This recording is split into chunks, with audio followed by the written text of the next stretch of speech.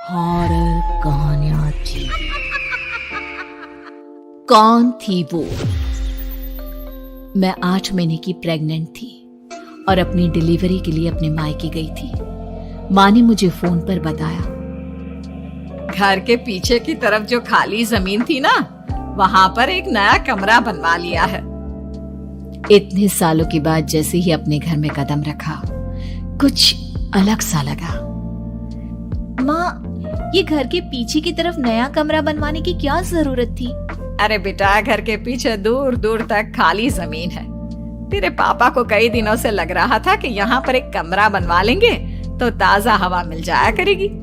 अब तो ये सब छोड़ और चल जल्दी से दूध पी ले। माँ, मैं थोड़ी देर में पी लूंगी, आप सो जाओ। मैंने दूध का गिलास उठाकर उस खिड़की में रख दिया। पता नहीं कब आंख लग गई। अचानक से खिड़की के पल्लों के खड़कने की तेज आवाज आई। दूध का गिलास धड़ाम से जमीन पर आ गिरा। जमीन पर गिरते ही दूध का रंग लाल हो चुका था। मैंने खिड़की से झांक कर बाहर देखा।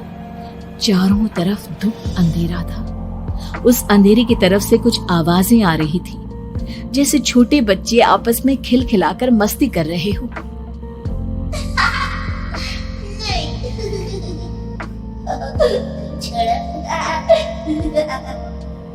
इतनी रात को इतने घनघोर अंधेरे में बच्चों की आवाज कैसे आ रही है?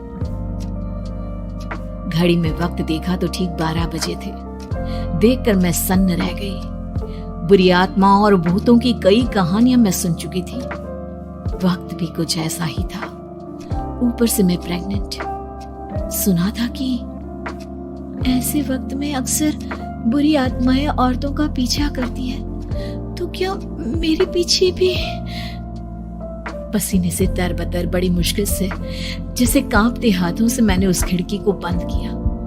जल्दी से जल्दी उस कमरे से बाहर निकलकर माँ के पास जाने के बारे में सोचा, लेकिन जैसे ही दरवाजे की तरफ पलटी, लगा कोई साया हवा की स्पीड से दरवाजे के सामने से गुजर गया। मेरे गले में अटक कर रह गई। मैं जोर से चीख कर माँ को बुलाना चाहती थी, लेकिन वो आवाज खुद मेरे कानों तक नहीं पहुंच पा रही थी। तो माँ तक कैसे पहुंचती? खिड़की के पल्ले एक बार फिर तेज हवा के झोंके से धड़ाम करके खुल गया और पूरी ताकत से मैं चीख पड़ी। जानती थी मेरी चीख की आवाज सुनकर कुछ ही सेकंड में माँ वहां पहुंच जाएगी, लेकिन ऐसा कुछ हुआ ही नहीं। मेरा कलेजा डर के मारे फटा जा रहा था। आखिर माँ ने मेरी आवाज क्यों नहीं सुनी? इतनी गहरी नींद में तो माँ कभी नहीं सोती। ठीक पीछे खुली हुई वो खिड़की। मुझ में इतनी ताकत नहीं बची थी कि मैं पलटकर उस तरफ देख भी सकूं। हवा का एक सनसनाता हुआ झोंका उसी वक्त मेरे कानों से आकर टकराया। लगा जैसे किसी ने दबी हुई आवाज में धीरे से मुझसे कहा, चली जाओ यहाँ से। मैंने दोनों हाथ अपने कानों पर रख लिए और एक बार फिर ताकत लगाकर जोर से चीखने की कोशिश की।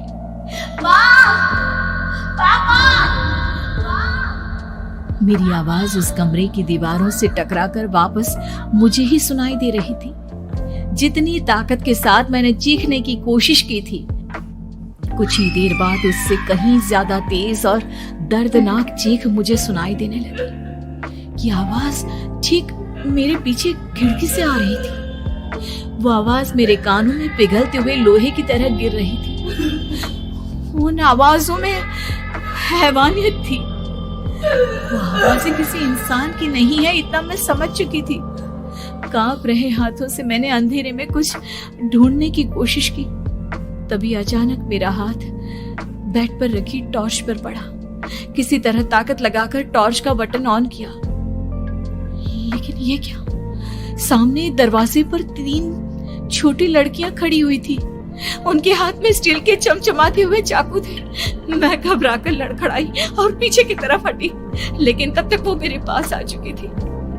उनकी गर्दन टेढ़ी थी और उनके हाथों के वो चाकू मेरे पेट को निशाना बनाने को तैयार। मैं जोर से चीखी, नहीं, छोड़ दो मेरे बच्चे को, मत मारो, मत मारो, छोड़ दो मेरे बच्चे को। सोनाली, क्या हुआ बेटा? तू इतनी डरी हुई क्यों है? उठ बेटा, क्या हुआ?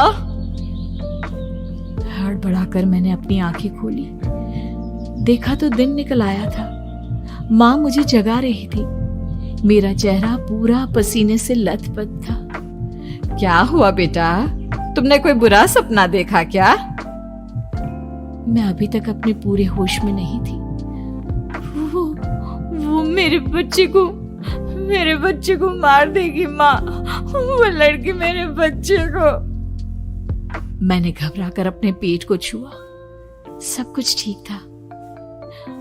और वो दूध जो रात को यहाँ पर गिर गया था, उसका रंग लाल हो गया था। माँ ने हंसते हुए दूध का गिलास मुझे दिखाया। तुमने दूध पिया ही नहीं, पूरा का पूरा ऐसे ही रखा हुआ है। तुमसे कहा था ना सोनाली, सेहत के लिए लापरवाही ठीक नहीं बेटा। लेकिन मैंने तो सब कुछ अपनी खुली आंखों से देखा था। ये सपना कैसे हो सकता है?